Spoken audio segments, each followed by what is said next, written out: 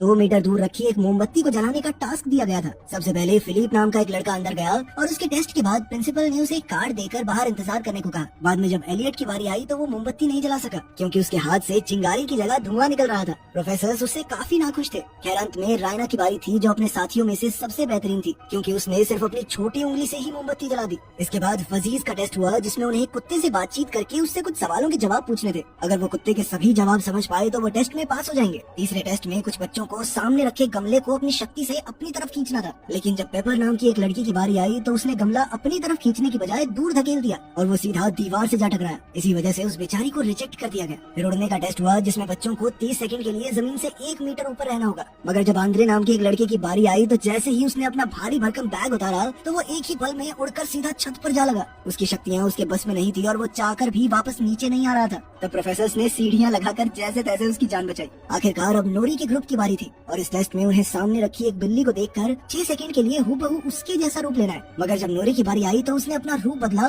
तो 2 सेकंड में ही उसकी पीठ में पंख निकल आए, जिसे देखकर सभी प्रोफेसर हैरान रह गए। असल में नोरी दोबारा से अपनी शक्ति पर काबू खो चुकी थी। खैर टेस्ट के बाद उसे भी बाकी बच्चों की तरह एक कार्ड मिला। आखिरकार सबके टेस्ट पूरे होने के बाद सभी बच्चे एक मैदान में इकट्ठे हुए जहाँ उन्हें अपने कार्ड्स खोलने थे ताकि उन्हें पता चले कि वो किस ग्रुप का हिस्सा होंगे। तब रायना ने देखा कि उसे तो आग फेंकने वाले ग्रुप में शामिल कर लिया गया था और वो बेहद खुश थी। मगर नौरी ने देखा कि वो फजल्स ग्रुप में नहीं थी बल्कि उसके कार्ड पर तो यूडीएम लिखा हुआ था, तो उसे समझ नहीं आया कि ये कौन सा ग्रुप है। खैर फिर प्रिंसिपल ने सभी बच्चों को कैफेटेरिया में जाकर अपने ग्रुप की यूनिफॉर्म लेने को कहा, पर नूरी को यूडीएम के निशान वाले रास्ते पर जाना होगा। आखिरकार नूरी ने रायना को अलविदा कहा और वो जंगल के रास्ते पर चलते हुए यूडीएम हेडक्वार्टर्स में पहुंच गई। वहाँ बर्ड ने उसका स्वागत किया और उसे जमीन के नीचे बने एक हॉल में ले गया। जब नूरी उस क्लासरूम में गई तो उसे बाकी बच्चे मिले जो उसकी तरह जादुई टेस्ट में फेल हो गए थे। उन बच्चों को जादू की पढ़ाई नहीं करवाई जाती थी बल्कि उन्हें देश भर के आम बच्चों की तरह आम तरीके से पढ़ाया जाता। ये सुनते ही नूरी को बहुत गुस्सा आया और उसने पूछा कि वो अकेडमी के बाकी बच्चों की तरह जादू क्यों नहीं सीख सकते। तभी प्रिंसिपल लिंडा वहाँ आ गई और उसने बताया कि यूडीएम का मतलब है अपसाइड डाउन मैजिक, यानी वो बच्चे जिन्हें सही जादू शक्तियाँ नहीं मिली और न ही इन जादू शक्तियों का कोई फायदा था। लिंडा ने कहा कि वैसे भी तुम सब कभी अपने जादू का ठीक से इस्तेमाल नहीं कर पाओगे, इसलिए सही यही होगा कि वो तब तक यहाँ आम बच्चों की तरह रहें जब तक वो अपना जादू भूल ही न जाएं। इसके बाद वो वापस असली दुनिया में जाकर आम बच्चों के साथ पढ़ सकते हैं। फिर उसने बताया कि साल 1939 में रेजिनाल्ड रॉबर्ट्स नाम के एक बच्चे की वजह से स्कूल में ये रूल बनाया गया। वो लड़का शैडो मैजिक यानी काले जादू का शिकार हो गया था। शैडो मैजिक ऐसा जादू था जो सिर्फ दूसरों को नुकसान पहुंचाने के लिए किया जाता था। तब उस लड़के के जादू का मुकाबला करने के लिए प्रोफेसर और बच्चों ने मिलकर उसे एक खुफिया किताब में कैद कर दिया। ये शैडो मैजिक बिना किसी इंसान के शरीर में घुसे काम नहीं करता। तब लिंडा ने खुलासा किया कि शैडो मैजिक हमेशा यूडीएम के बच्चों को ही अपना शिकार बनाता है, इसीलिए उन सबको बाकियों से अलग रखा जा रहा है और उन्हें जादू इस्तेमाल करने की इजाजत भी इसीलिए नहीं थी ताकि वो अपनी शक्तियाँ भूल जाएं और ये खतरा टले। खैर उसी दिन चुने गए बच्चों को अपने ग्रुप की क्लासेस में भेज दिया गया। तब रायना को पता चला कि कुछ ही हफ्तों में एनुअल फाउंडर्स डे का फंक्शन होने वाला है। इस प्रोग्राम में 5 नए बच्चों को पूरी अकेडमी के सामने अपना जादू दिखाने का मौका मिलेगा। इसके लिए हर प्रोफेसर अपने ग्रुप में से 2 सबसे बेहतरीन बच्चों को चुनेगा और उनके बीच होने वाले मुकाबले में जो जीतेगा उसे ही फंक्शन में जादू करने का मौका मिलेगा। इसके बाद फ्लेयर्स की प्रोफेसर एर्गॉन ने अपनी पहली क्लास ली जिसमें उसने रायना को अपनी शक्तियों की मदद से कॉर्न को पॉपकॉर्न में बदलने को कहा। हालांकि रायना काफी घबराई हुई थी पर फिर भी वो टास्क को अच्छे से पूरा कर रही थी। लेकिन तभी फिलिप उसके जादू का मजाक उड़ाने लगा जिससे वो थोड़ा नर्वस हो गई और अचानक सभी पॉपकॉर्न जल गए। ये देखने के बाद आर्गॉन ने रायना को खूब डांटा। तब हम देखते हैं कि 2nd ग्रेड की लड़की चंद्रा कमरे से बाहर खड़ी ये सब देखकर मुस्कुरा रही थी। खैर फिर अगली सुबह बर्ड अपने स्टूडेंट्स को गार्डन में ले गया और उसने कहा कि आज उनके लिए एक सरप्राइज है। जब उसने शेड का दरवाजा खोला तो नूरी को कुछ झाड़ू दिखाई दी और वो बेहद खुश हो गई क्योंकि उसे लगा कि वो झाड़ू पर बैठकर उड़ना सीखेंगे। मगर जब उसने उड़ने की कोशिश की तो वो जमीन पर आ गिरी। तब हमें पता चला कि ये सिर्फ मामूली झाड़ू है, असल में उन्हें ये झाड़ू लेकर स्कूल का गार्डन साफ करना था। अब नूरी झाड़ू लेकर उस इलाके में पहुंच गई जहाँ बाकी बच्चों की क्लास चल रही थी। उसने देखा कि प्रोफेसर हान बच्चों को एक खास तरह की बिल्ली का रूप लेना सिखा रही थी। जल्द ही नूरी ने सुना कि आने वाले एनुअल फाउंडर्स डे पर किसी एक बच्चे को सबके सामने अपनी काबिलियत दिखाने का मौका मिलेगा। ये सुनते ही नूरी के दिमाग की बत्ती जली और उसने अपने जादू की प्रैक्टिस करने का फैसला किया ताकि वो सबको अपना जादू दिखाकर खुश कर सके और फिर लिंडा उसे बाकी बच्चों के साथ जादू सीखने की इजाजत दे दे। इसके बाद नूरी कोई बहाना करके क्लास के पास जा पहुंची और बिल्ली को अपने हाथ में लेकर उसे बेहद बारीकी से देखा। अब उसने बिल्ली के सभी हाव भाव याद कर लिए ताकि वो पूरे स्कूल के सामने हूबहू इसी बिल्ली का रूप ले सके। मगर तभी अचानक एक बार फिर उसने अपनी शक्तियों पर काबू खो दिया और वो एक अजीबोगरीब जानवर में बदल गया। प्रोफेसर हान ने तुरंत बर्ड को बुलाकर नूरी को काबू करने को कहा, वरना अगर प्रिंसिपल को इस बात की खबर मिली तो बहुत बुरा होगा। खैर बाद में लंच टाइम के दौरान जब सभी बच्चे कैफेटेरिया में थे तो नूरी ने अपने साथियों को बताया कि उसने उस बिल्ली की हर बारीकी की तस्वीर बना ली है और अब बस उसे अपना शरीर बदलने की प्रैक्टिस करनी होगी। उधर रायना ने जब नौरी को देखा तो वो नौरी से मिलने गई, लेकिन मिस आगन ने उसे रास्ते में ही रोक लिया, क्योंकि एक ग्रुप के बच्चे दूसरे ग्रुप के बच्चों से घुल मिल नहीं सकते थे। फिर अगली क्लास में फिलिप ने अपनी शक्तियों से पॉपकॉर्न बना दिए तो प्रोफेसर बहुत खुश हुई और उन्होंने फिलिप को क्लास के सबसे बेहतरीन बच्चे के तौर पर चुन लिया। बाद में रायना कॉरिडोर से दूसरी क्लास में जा रही थी तो अचानक चंद्रा उसके पास आई और उसकी जादुई शक्तियों की काफी तारीफ की। जाने से पहले चंद्रा ने उससे कहा कि अगर तुम अपनी शक्तियों को और बेहतर करना चाहती हो तो मैं तुम्हारी मदद कर सकती हूँ। बाद में हम देखते हैं कि रायना अपनी क्लास की सबसे बेहतरीन जादूगरनी बनने के लिए रात में भी लाइब्रेरी में बैठकर पढ़ाई कर रही थी। जब वो एक किताब वापस रखने गई तो अचानक एक काले रंग की किताब अपने आप शेल्फ से नीचे गिर गई। रायना ने पास जाकर किताब को उठाया तो पता चला कि ये शैडो मैजिक की किताब थी। जैसे ही रायना ने वो किताब खोली तो अचानक सारी लाइट्स बंद हो गई और उसे एहसास हुआ कि उससे बहुत बड़ी गलती हो गई है। उसने तुरंत किताब को वापस रख दिया और अपना सामान लेकर अपने कमरे में वापस जाने लगी, पर जल्द ही उसने देखा कि ये किताब उसका पीछा करने लगी थी। वहीं दूसरी ओर नोरी अपने हॉस्टल में अपने बाकी साथियों के साथ बिल्ली का रूप लेने की प्रैक्टिस कर रही थी, मगर बहुत कोशिश करने के बावजूद वो 3 सेकंड के बाद कई सारे जानवरों में बदल जाती। फिर अगले दिन रायना ने खिड़की से नोरी को अपने नए दोस्तों के साथ देखा तो वो थोड़ी दुखी हो गई, क्योंकि उसे लगा कि अब नोरी उसे भूल चुकी है। तभी अचानक शैडो मैजिक की वो किताब खुद ब खुद उसके बेड पर आ गई और उसके पन्ने अपने आप पलटने लगे। वो एक चैप्टर पर आकर रुके जिसमें अपने अंदर छुपी शक्तियों को उजागर करने की टेक्निक सिखाई गई थी। जब रायना ने ये चैप्टर पढ़ना शुरू किया तो अचानक उसके चारों तरफ एक काला बादल मंडराने लगा और तुरंत उसके शरीर में घुस गया। फिर कुछ घंटों बाद सभी नए बच्चे एक हॉल में इकट्ठा हुए। वो सब हर क्लास के 2 सबसे बेहतरीन बच्चों के बीच होने वाले मुकाबले को देखने आए थे। सबसे पहले फ्लेयर्स की बारी थी, जिसमें फिलिप और रायना आमने सामने थे। फिलिप को यकीन था कि वो बड़ी आसानी से मुकाबला जीत जाएगा, मगर रायना ने समय से पहले ही कौन से पॉपकॉर्न बना दिए। फिर प्रोफेसर आर्गन ने पॉपकॉर्न खाए तो वो बेहद खुश हुई, क्योंकि वो एकदम परफेक्ट थे।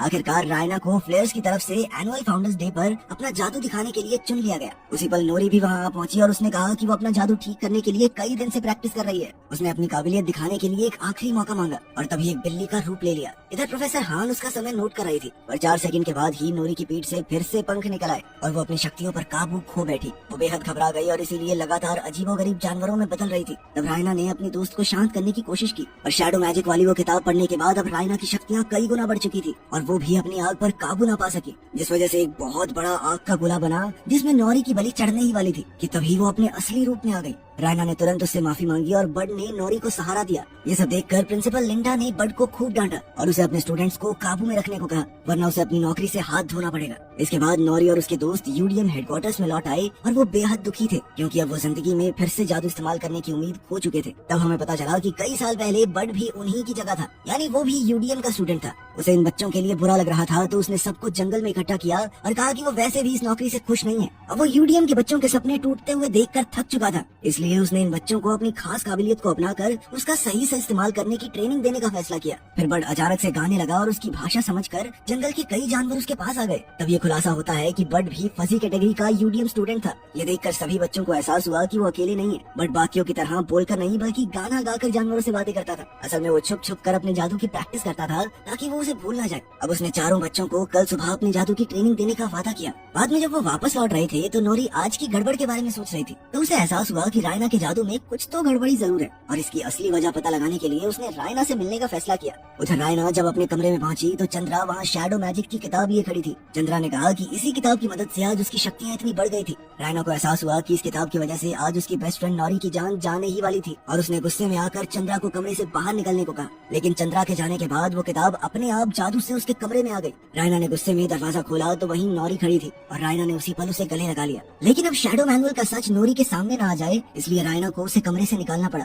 खैर अगली सुबह बड अपने वादे मुताबिक अपनी टीम को ट्रेनिंग देने लगा। सबसे पहले उसने आंद्रे की कमर पर पाइप बांधकर उसे कहा कि एक ही लेवल पर खुद को रोकने की कोशिश करे। फिर आंद्रे ने अपनी पीठ से बैग उतार दिया और ऊपर उड़ने लगा, लेकिन अब भी वो अपनी मर्जी से नीचे नहीं आ पा रहा था। लेकिन जैसे जैसे ट्रेनिंग आगे बढ़ी तो धीरे धीरे बच्चे अपनी अलग अलग खासियत को अपनाने लगे। अब वो बाकी बच्चों की तरह एक ही तरह के जादूगर नहीं बनना चाहते थे। इसी दौरान उन सब के बीच गहरी दोस्ती भी हो गई और धीरे धीरे वो अपने जादू पर थोड़ा काबू करना सीख गए थे। एलियट ने अपने हाथों से निकलने वाले धुएं को आकार देना शुरू किया और पेपर अपनी शक्ति से किसी भी चीज को दूर धकेलना सीख गई। इसके अलावा नोरी खुद को एक ही जानवर के रूप में बांधने की बजाय एक ही समय पर 3-4 जानवरों को मिलाकर नए रूप बनाने लगी। उधर रायना अपने साथियों को मजे करते देख रही थी तो एक बार फिर से चंद्रा उसके सामने आई। रायना ने चिल्लाकर उसे वहाँ से चले जाने को कहा और अब रायना ने वो किताब इस्तेमाल कर ली थी, यानी अब वो दोनों एक हो चुके थे। इधर बाकी सबने रायना से पूछा कि वो किससे बातें कर रही है। तब ये खुलासा होता है कि सिर्फ रायना ही चंद्रा को देख सकती है। अब रायना तुरंत अपने कमरे की ओर भागी, पर चंद्रा फिर से उसे परेशान करने लगी। वो जानती थी कि रायना को अपने अंदर छुपी शक्तियों का कोई अंदाजा नहीं है। चंद्रा ने उससे कहा कि तुम्हारा जादू यहाँ मौजूद किसी भी बच्चे से बहुत ज्यादा ताकतवर है।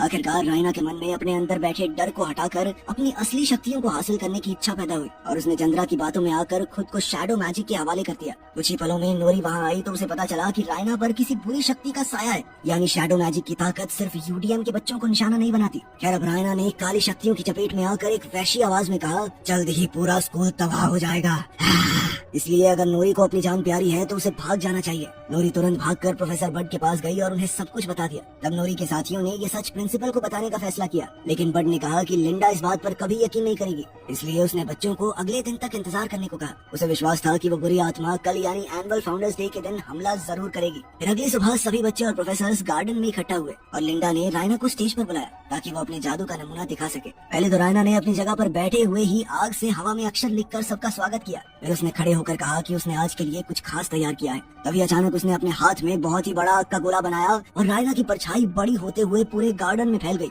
फिर उसके अंदर से एक डरावनी आवाज आई जिसने कहा कि वो इतने सालों के इंतजार के बाद लौट आया है। ये सुनते ही प्रोफेसर समझ गए कि ये वही आत्मा है जिसने कई साल पहले रेजिनल को वश में किया था। तब सबको एहसास हुआ कि शैडो मैजिक सिर्फ यूडीएम के बच्चों को अपना शिकार नहीं बनाता। अब इस राक्षस को सब कुछ तबाह करने से रोकने के लिए प्रोफेसर आर्गन और उसके स्टूडेंट्स ने मिलकर एक विशाल आग के गोले से उस पर हमला किया, लेकिन उस राक्षस को कोई फर्क नहीं पड़ा। इसके बाद प्रिंसिपल के कहने पर फजीज ने जानवरों को बुलाया ताकि वो इस राक्षस का मुकाबला कर सके, मगर वो भी उससे डरकर भाग गए। इसके बाद शेप शिफ्टर्स ने अपना रूप बदला ताकि वो राक्षस पर हमला कर सके, लेकिन उन्होंने ऐसे जानवरों का रूप लिया था जो उसका कुछ भी नहीं बिगाड़ सकते थे। अब सभी बच्चों की उम्मीद बिल्कुल खत्म हो चुकी थी और अंत में यूडीएम के बच्चे सामने आए। पेपर ने अपने हाथों से जबरदस्त जोर लगाया जिससे राक्षस पीछे खिसकने लगा। फिर एलियट ने धुएं की एक दीवार बनाई ताकि राक्षस कुछ देख न सके। उधर आंद्रे हवा में उड़ गया ताकि वो राक्षस का ध्यान भटका सके और इसी दौरान नोरी ने एक भयंकर जानवर का रूप लिया जिससे वो राक्षस पर हमला करने वाली थी। आखिरकार लिंडा ने सभी बच्चों को अपनी शक्तियां मिलाकर एक साथ राक्षस पर धावा बोलने को कहा, लेकिन नोरी ने किसी को भी उसके करीब आने से मना कर दिया। वो जानती थी कि इस राक्षस के पीछे थी उसकी बेस्ट फ्रेंड रायना।